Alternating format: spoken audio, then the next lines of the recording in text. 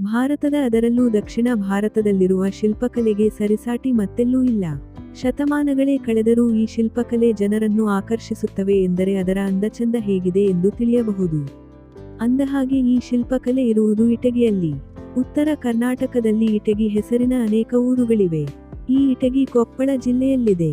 ಕೊಪ್ಪಳದಿಂದ 26 kilometre ದೂರದಲ್ಲಿದೆ.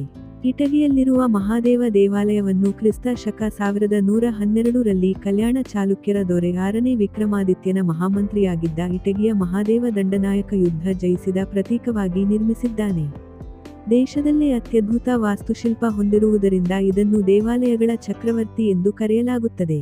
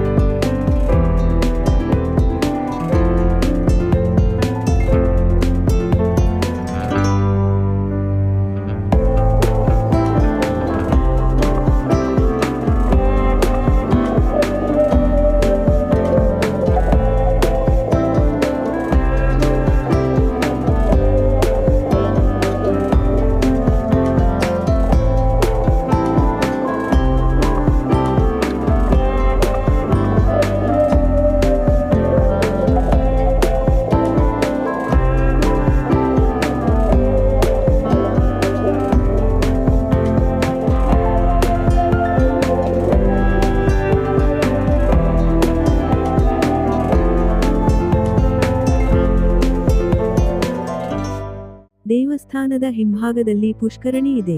ಪುಷ್ಕರಣಿ ಬಹಳ ಆಳವಾಗಿದ್ದು ಕೆಳ ಹಂತದವರೆಗೂ ಮೆಟ್ಟಿಲುಗಳಿವೆ. ಈಗಲೂ ಇದರಲ್ಲಿ ನೀರು ಇದೆ. ಈ ನೀರನ್ನು ದೇವಸ್ಥಾನದ ಸುತ್ತಲೂ ಇರುವ ಉದ್ಯಾನಕ್ಕೆ ಬಳಕೆ ಮಾಡಲಾಗುತ್ತದೆ. ಗದಗ ಜಿಲ್ಲೆಯ ಲಕ್ಕುಂಡಿ ಇಲ್ಲಿಂದ 37 ಕಿಲೋಮೀಟರ್ ದೂರದಲ್ಲಿದೆ. ಒಂದು ದಿನದಲ್ಲಿ 2 ಐತಿಹಾಸಿಕ ಸ್ಥಳಗಳನ್ನು ಕಣ್ತುಂಬಿಕೊಳ್ಳಬಹುದು. ರಾಷ್ಟ್ರೀಯ ಹೆದ್ದಾರಿ 50 ರಲ್ಲಿರುವ ಬನ್ನಿಕೊಪ್ಪದಿಂದ ಇಟಗಿ ಕೇವಲ 9 ಕಿಲೋಮೀಟರ್ ದೂರದಲ್ಲಿದ್ದರೆ ಲಕ್ಕುಂಡಿ 28 ಕಿಲೋಮೀಟರ್ ದೂರದಲ್ಲಿದೆ.